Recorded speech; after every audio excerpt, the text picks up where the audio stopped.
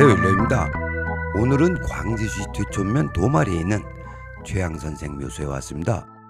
선생의 본관은 상령으로 일찍부터 학문적 재능과 총명함으로 당대의 주목을 받은 인물입니다.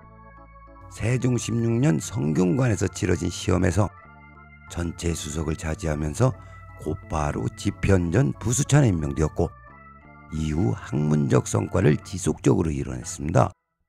특히 훈민정음 창제에 참여하고 훈민정음을 한글로 옮겨 풀었으며, 또한 용비어천가에 주를 달았습니다.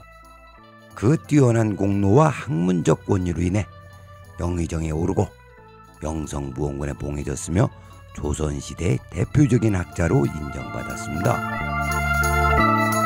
지금부터는 풍수적 관점에서 말씀드리겠습니다. 선생의 묘소는 도마리가 발치 아래 들어올 정도로 높은 곳에 조성되어 있습니다. 내룡이나 전순이 발달해 있고, 특히 주변 사격을 한눈에 조망할 수 있는 이런 곳은 흔히 명당이라고 생각할 수 있습니다. 뿐만 아니라 당대 대학자인 선생의 묘소는 당연히 명당일 것이라는 선입견을 갖기 쉽습니다. 그러나 선생의 묘소는 풍수적 아쉬움이 있는 자리입니다. 그렇다면 이 자리는 무엇이 문제인지를 말씀드리겠습니다. 먼저 내룡을 타고 생기가 내려왔는가입니다. 묘소로 뻗어 내려온 산줄기를 내룡이라고 하는데, 내룡을 타고 생기가 내려왔느냐가 관건입니다. 이유인즉 생기가 없는 내룡에서는 진열을 생성할 수 없기 때문입니다. 따라서 선생의 묘소가 있는 능선으로 생기가 내려오지 않았기 때문에 이 능선에서 진열을 논한다는 것은 아무런 의미가 없습니다. 부연하자면 생기가 타고 내려야만 진열을 생성할 가능성이 있습니다. 형기적으로 제 아무리 아름다울지라도 생기가 없으면 진열 생성은 불가능하고, 이런 경우를 실속은 없고 겉만 화려하다고 해서 허화라고 합니다. 이러한 허화를 피하기 위해서는 생기와 살기를 분별할 줄 아는 것이 우선입니다. 음양의 조화로 생성되는 살기와 부조화로 만들어지는 살기를 구분하는 것은 풍수 공부의 시작과 끝이라고 할 수 있습니다. 한마디로 생기와 살기를 모른 상태에서 형기적 안목으로 진열을 판단하면 10중 8구 허화에 속을 수밖에 없습니다.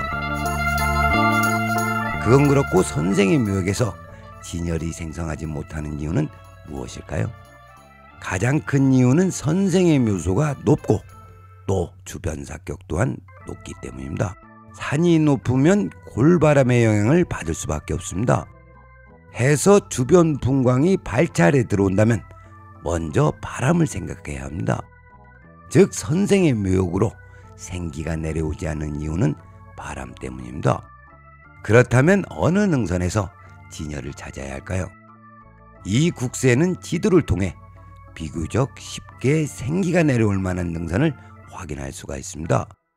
바람을 연상하며 청룡과 백호가 잘 감싸고 있는 능선을 살핀다면 진열이 있음직한 곳을 유추할 수 있습니다. 표시한 지점이 여기가 멈추어 개수직지를 실현한 수기처입니다. 이 능선에 진열이 있음직한 것은 분명하지만 실제 능선까지는 올라가지 못했습니다. 그 이유는 전날 비가 와서 그런지 파종하기 위해 많은 사람이 분주하게 움직이고 있었습니다. 그 사이를 뚫고 논길을 가로질러 산에 오르는 것은 예의가 아닌 것 같아 여기와 수기처만을 확인하였습니다. 언젠가 기회가 있으면 다시 한번 답사할 생각으로 진열이 존재할 만한 곳을 확인하고 발길을 돌렸습니다. 그럼 오늘의 이야기를 정리하겠습니다. 풍수에는 형기와 이기 등 다양한 이론이 존재합니다. 모든 이론이 추구하는 목적은 첫째도 둘째도 진열을 찾는 데 있습니다. 그러나 세상에 나와 있는 모든 풍수 논리는 진열을 찾는 수단과 방법인 동시에 한계 또한 내포하고 있다는 것을 직시해야 합니다. 이러한 문제점을 해결하기 위해서는 생기의 기적작용을 이해하고 나아가 생기와 살기를 분별할 수 있는 능력이 선행되어야 한다는 것을 말씀드립니다. 오늘은 여기까지 하겠습니다. 시청해 주셔서 감사합니다. 구독과 좋아요, 알림 설정은 필수! 만사형통을